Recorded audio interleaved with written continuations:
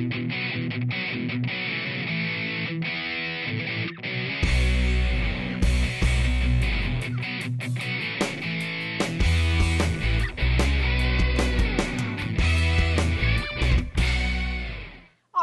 estamos aqui para a abertura do nosso curso, segunda fase, preparação para a OAB em Direito do Trabalho. Então, você que já passou pela primeira fase, você que já está na segunda fase, você está na etapa de concentração de esforço. Essa segunda fase, vocês vão ver que é totalmente diferente daquela primeira fase. Por quê? Porque na primeira fase você não tinha acesso à legislação e aos códigos, à jurisprudência consolidada do TST. Por isso que nas nossas aulas, a revisão que a gente fez no Super Dicas, a gente bateu tanto em cima das súmulas e orientações jurisprudenciais. Também no nosso curso intensivo, preparação primeira fase, a gente batia tanto em súmulas, orientações jurisprudenciais e a letra da lei. Agora o estudo é um pouco diferenciado. Você já passou por essa peneira e agora você vai concentrar em Direito e Processo do Trabalho. E o objetivo desse curso CETOM Preparação Segunda Fase é justamente esse, fazer com que você absorva o máximo possível. Na verdade, a segunda fase ela contém uma questão prática, que essa questão prática pode ser qualquer peça processual, bem como 4 questões. E o trabalho, seu trabalho, nosso trabalho, é ajudar você a cumprir esse seu objetivo, que é passar na segunda fase da OAB. E para isso, para que você atinja esse objetivo, o CETOM preparou esse curso, especialmente previsto para isso. Nesse curso, nós temos um total de 40 horas e ele é composto, ele possui diversas espécies de aulas. Nós temos tanto aulas práticas com a professora Champin Bezerra, quanto as aulas que são comigo proferidas, são relacionadas a súmulas e orientações jurisprudenciais, direcionadas, focadas, separadas, selecionadas por assunto, bem como provas comentadas, ou seja, as questões comentadas das provas imediatamente anteriores. Então, o objetivo desse curso é que a gente consiga promover a você todo o material de apoio necessário para que você tenha sucesso na sua prova. Você já teve sucesso na primeira fase, você já nos acompanhou na primeira fase e agora você está conosco também nessa segunda fase. Então, qual é o objetivo dessa primeira aula? Em primeiro lugar, apresentar o curso e, em segundo lugar, dar algumas dicas, algumas ideias gerais. Ideias gerais de tanto como a prova se desenvolve, como também, principalmente, dicas de como você deve estudar, como você deve marcar seu código, como você deve se preparar para o dia da prova, a véspera da prova, o seu equilíbrio, o seu cronograma. Então, esse é o objetivo geral desta primeira aula desse curso, dessa aula de apresentação. Então, com muita força, com muito foco, a gente vai conseguir atingir o nosso objetivo. O seu objetivo, que é passar na prova da OAB, e o nosso objetivo que é te ajudar nessa empreitada. Então, vamos lá. A primeira coisa que a gente tem que saber é o seguinte, olha, não tem como você fazer essa prova sem ler o edital. E é essencial que você leia o edital da OAB, é essencial que você leia a folha de instruções da prova.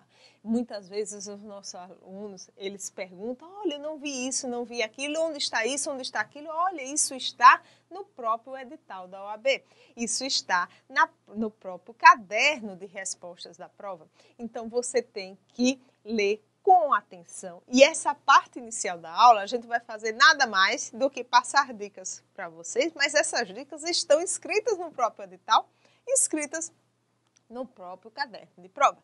Então, inicialmente, o que te espera? O que te espera nessa segunda fase da OAB Direito do Trabalho? Uma peça prática e que essa peça prática vale 5 pontos e 4 questões, cada uma delas valendo 1,25 pontos. Essas questões, elas geralmente contêm 2 letras A e B e contém uma situação problema. E olhem, é interessante que essas situações problema, elas muitas vezes, elas refletem realmente o dia a dia da Justiça do Trabalho. Tanto assim que várias, ou na sua imensa maioria, essas perguntas elas são respondidas através de súmulas e orientações jurisprudenciais do TST.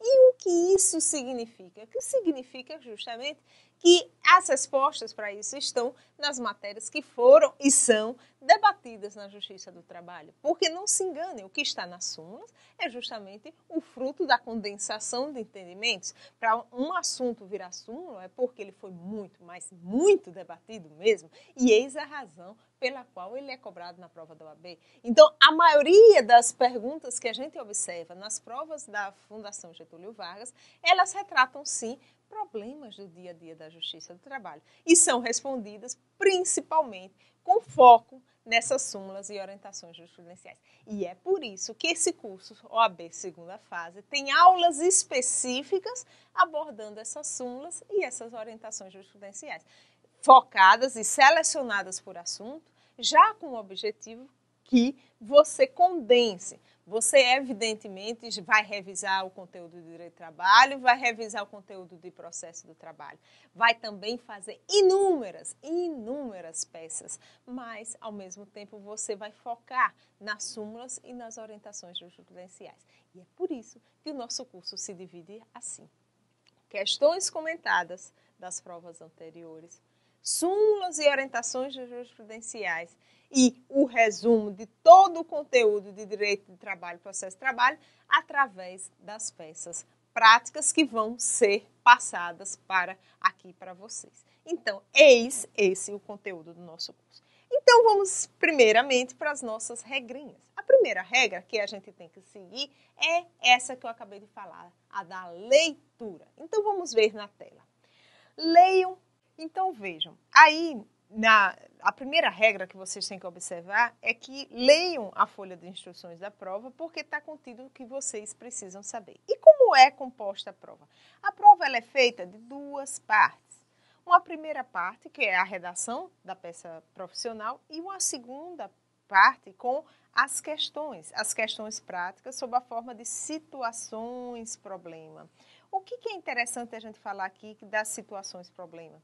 Porque essas situações abrangem geralmente questões do dia a dia da Justiça do Trabalho e eis a razão porque elas geralmente são resolvidas pelas súmulas e pelas OJs. Por quê? Porque justamente elas respondem ao dia a dia da Justiça do Trabalho. E para se virar uma súmula e uma orientação jurisprudencial, é preciso o fortalecimento e a uniformização da jurisprudência. Então, é assim que a gente vai ter a nossa prova. Lembrando que você não briga com a prova, você disputa apenas o seu conhecimento. Não há concorrentes, você pode pedir ajuda dos seus colegas que estão junto com você nessa empreitada, eles leem suas peças. Aqui diversas peças vão ser treinadas com você, então é importante que você tenha esse intercâmbio, sempre redigindo, sempre passando para um colega.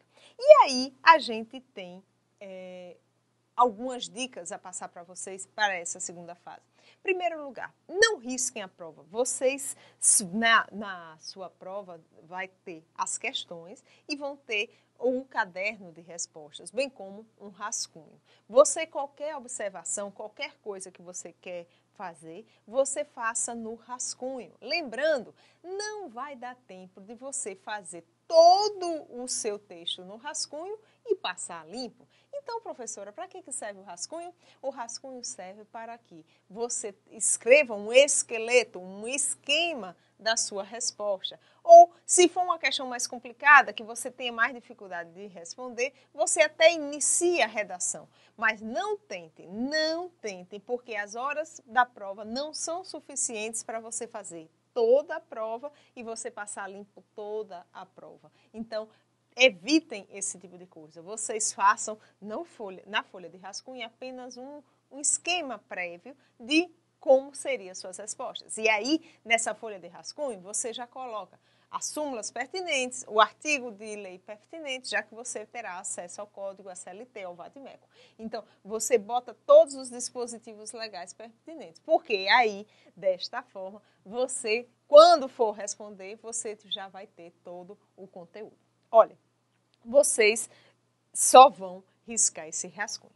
Em relação ao caderno de prova, Somente vale o que estiver no espaço equivalente à resposta àquela questão. Então, de nada adianta você escrever fora do espaço da prova. De nada adianta fora do espaço da questão. Por quê? Porque a Getúlio Vargas, a Fundação, não vai corrigir, não vai considerar nada que for colocado fora do espaço.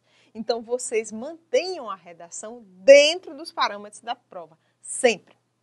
E aí, a gente falando sobre isso, e eu disse logo no início da aula de hoje, que é uma aula de apresentação do nosso curso, eu disse que é importante que a gente veja o edital, porque o edital contém realmente as regras da toda a sua prova da OAB. E aí, o que fala o edital a respeito desse assunto? Vamos ver na tela. Para a redação da peça profissional, o examinando deverá formular texto com extensão máxima definida na capa do caderno de textos. Por isso que eu falo, leiam a prova. Para a redação das respostas às questões práticas, a extensão máxima do texto será 30 linhas para cada questão. Será desconsiderado, para efeito de avaliação, qualquer fragmento de texto que for escrito fora do local. Olha, quanto tempo eu estou repetindo isso para vocês. Fora do local apropriado ou que ultrapassar a extensão máxima permitida. Então, veja, eles são bastante rígidos. Se você escreve fora do local, se você ultrapassa, simplesmente não é lido, não é considerado. Outra regra do edital. O examinando deverá observar atentamente, olhe, a ordem de transcrição das suas respostas quando da realização da prova profissional, devendo iniciá-la pela redação de sua peça profissional, seguida das respostas às 4 questões práticas, em sua ordem crescente. Aquele que não observar tal ordem na transcrição das respostas, assim como o número máximo de páginas destinado à redação da peça profissional e das questões práticas, receberá nota 0, sendo vedado qualquer tipo de rasura ou adulteração na identificação das páginas, sob pena de eliminação sumária do examinando do exame. Então, vejam, por que eu fiz questão de falar e frisar? Porque é muito triste você se preparar para a prova e simplesmente perder por falta de atenção. Porque identificou a prova, porque respondeu fora da ordem, porque escreveu fora do espaço destinado à resposta, porque escreveu fora das linhas destinadas à resposta. Então, você tem que se policiar nesse sentido. E como você vai se policiar? Bom, basta que você imprima cadernos de resposta e faça suas provas simuladas dentro do espaço pertinente. De nada, mas absolutamente de nada adianta você treinar no computador, você fazer suas peças no computador, responder às questões no computador. Por quê? Porque no dia da prova você não terá o seu computador. E aí você terá dificuldade, uma dificuldade advinda da falta de prática de você estar redigindo à mão. Cada vez mais a gente redige menos à mão. As pessoas que estão há muito tempo no mercado quase não redigem à mão.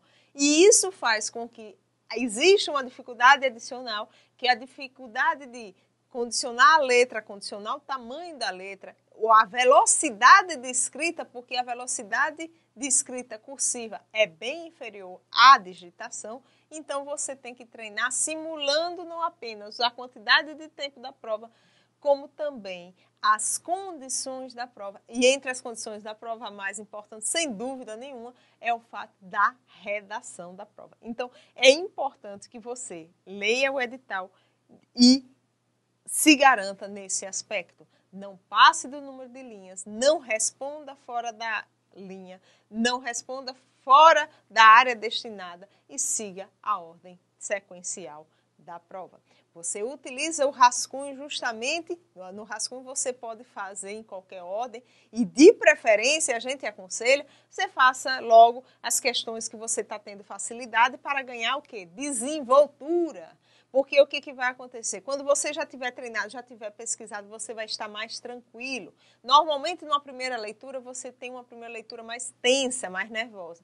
Quando você começa a responder, você diz, olha, já estou aqui mais tranquilo, já respondi 2 questões, então já vou passar passar para a peça prática. Então, isso, no seu rascunho, não é uma atividade demorada, porque você não vai redigir cursivamente as respostas, você vai apenas, então, somente fazer o quê? Você vai botar o esqueleto. E como você vai botar o esqueleto? Você vai conseguir, em pouco tempo, te dar a tranquilidade de já ter respondido do principal da prova. Sim, vão sobrar alguns tópicos. E esses tópicos são os tópicos que você ou tem dúvida ou tem dificuldade de achar no seu código, no seu VADMEC. Mas aí você vai destinar um tempo maior para a preparação disso.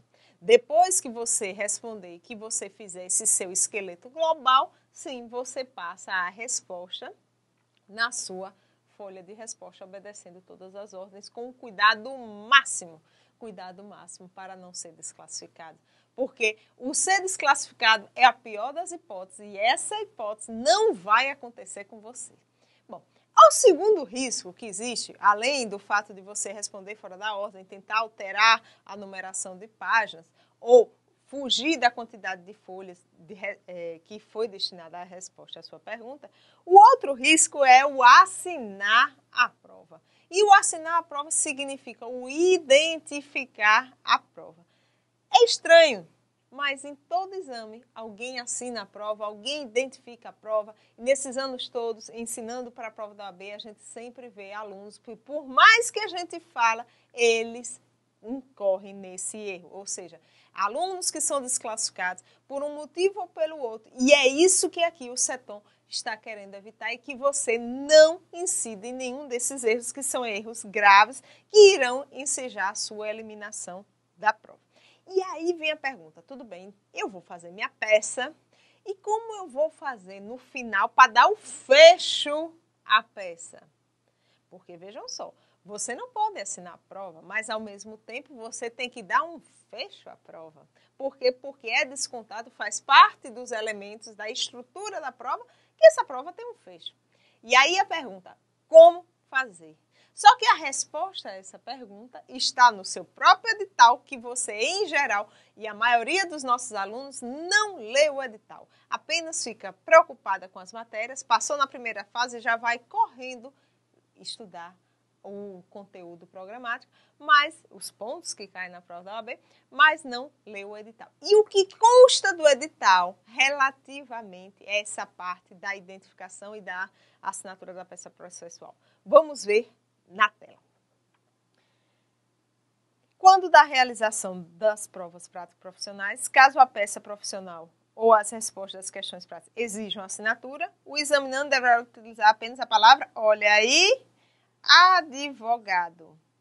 Ao texto que contenha outra assinatura será atribuído nota 0, por se tratar de quê? Identificação do examinando em local indevido. E aí vem mais adiante o edital. Na elaboração dos textos da peça profissional e de resposta às questões práticas, o examinando deverá incluir todos os dados que se façam necessários.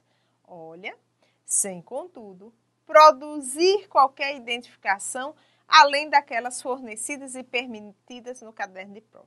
Assim, o examinando deverá escrever o nome do dado seguido de reticências. Ou seja, você, ao invés de terminar colocando o nome do município, a data, e o nome do advogado e o número da OAB, você vai colocar município, 3 pontinhos, data, 3 pontinhos, advogado, 3 pontinhos, OAB, 3 pontinhos. Isso faz com que você dê o fecho à sua peça e, ao mesmo tempo, você não incorra em identificação da peça. A omissão de dados que foram legalmente exigidos ou necessários para a correta solução do problema proposto acarretará descontos na pontuação atribuída ao examinando dessa fase. Então, é por isso que a gente destaca que é tão relevante que você leia o edital. Por quê? Se você não lê o edital, ou você identifica a prova, ou você deixa de fazer referência à cidade, data, advogado, OAB, e aí você vai ter desconto no seu espelho de prova, porque vocês já sabem que a FGV corrige a partir do espelho. Se constar da sua prova os dados que estão no espelho, você recebe a pontuação correspondente. Caso contrário, você não recebe a pontuação. Então, é por isso que é tão relevante a gente fazer as duas coisas. Ou seja, a gente não identificar a prova, mas ao mesmo tempo a gente dá um fecho à sua petição. E aí, algumas dúvidas que os alunos sempre trazem. E se eu errar a grafia? Acontece em todas as provas de um aluno errar a grafia. E aí? Você simplesmente faz um risco em cima da palavra. Não é para fazer vários riscos. Não é para você tentar apagar. Não é e não pode passar corretivo. Por quê? Se você riscar muito, pode furar. Se você tentar apagar, pode furar. Nada disso é para fazer. É apenas para passar um risco. Evidentemente, você tome cuidado ao passar esse risco para não ficar uma prova com mais risco do que palavras. Então, você vai ser comedido. Você vai ter cuidado antes de escrever para poder não correr o risco de ter que ser anulada a sua prova. Vocês, então, vão receber o caderno de respostas, vão responder na prova, no rascunho. Para passar para a folha definitiva, vocês vão ter todo o cuidado necessário para errar o mínimo possível e, com isso, riscar o mínimo possível. Vocês têm que delimitar bem o espaço da redação para que não cometam esse tipo de erros. Agora, além disso, vocês têm que organizar a sua prova. Como é que vocês vão organizar a sua prova? Preste atenção, o seu examinador ele não vai corrigir só a sua prova, ele vai corrigir dezenas, milhares, centenas, muitas provas. E por conta disso, porque ele vai corrigir muitas provas, você tem que facilitar a vida do examinador ao máximo. Você vai organizar a sua prova. Aquela prova que você, antes mesmo de ler o conteúdo, já dê satisfação do examinador pegar aquela prova. Não pode ser uma prova com a letra muito feia. Eu tenho letra feia, várias pessoas têm letra feia. Então, no dia da prova, por isso vocês vão treinando uma letra pelo menos legível, que não seja visualmente bonita, mas que seja legível. E que a prova seja organizada, que batendo o olho o examinador já verifique a adequação desse ponto de vista. E aí vocês vão ter que ter cuidados, caprichar na linguagem. Caprichar na linguagem técnica. Lembrem, eu estou falando de linguagem técnica, eu não estou falando de linguagem rebuscada. Mas a linguagem técnica jurídica é uma linguagem que você adquire fazendo o quê? Você adquire lendo os seus livros, principalmente lendo jurisprudência. Você lendo as emendas dos julgados dos tribunais, você vai se familiarizando com a linguagem técnico-jurídica, que é essa linguagem que eles querem cobrar de vocês. É uma linguagem simples, é uma linguagem objetiva, não é cheia de floreios, de inversões, mas é uma linguagem que contém tipicamente o que é considerado como o linguajar técnico-jurídico do dia a dia. Cada resposta sua a qualquer questão, ela compreende um silogismo. E o que é esse silogismo? É a adequação do fato proposto ao dispositivo legal ou súmula correspondente e ao seu fecho. Por que eu estou falando dessas três partes do silogismo e por que eu estou dizendo que isso se aplica a tudo? Porque isso se aplica às questões, porque nas questões você vai relatar o que está sendo perguntado, vai dizer que aquele caso que está sendo perguntado se aplica a tal artigo e tal orientação e tal súmula. E, finalmente, vocês vão concluir que a resposta à questão formulada é essa, tendo em vista o conteúdo legislativo apontado.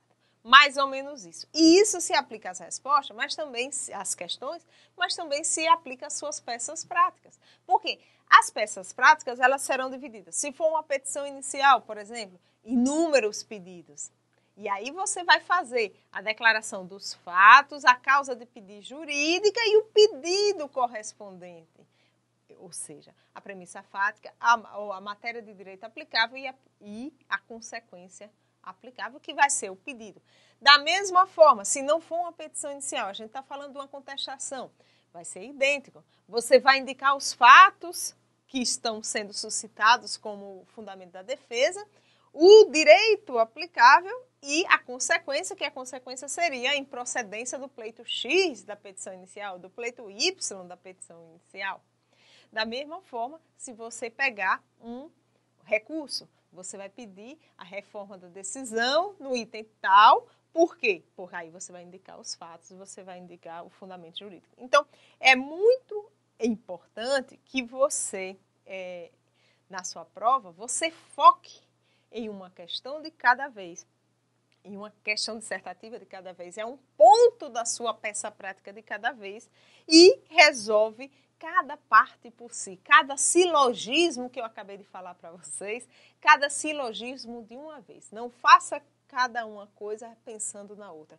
Faça cada silogismo de uma vez e isso vai organizar o seu pensamento e ao organizar o seu pensamento vai facilitar a redação da prova. Você trabalhando por partes, você vai ver que você vai conseguir responder rapidamente no seu caderno de rascunho os silogismos pertinentes e a partir daí você vai partir para o caderno de respostas definitivo já com tudo estruturado, apenas tendo que redigir cursivamente todas as suas respostas. Então, essas foram as dicas iniciais que a gente tinha para passar para vocês. Mas no segundo bloco dessa aula, a gente vai falar sobre vários outros pontos. Dicas de estudos, matérias principais a serem estudadas, dicas de última hora, tudo o que você precisa fazer para além da própria redação para que você tenha sucesso nessa segunda fase da OAB. Até mais!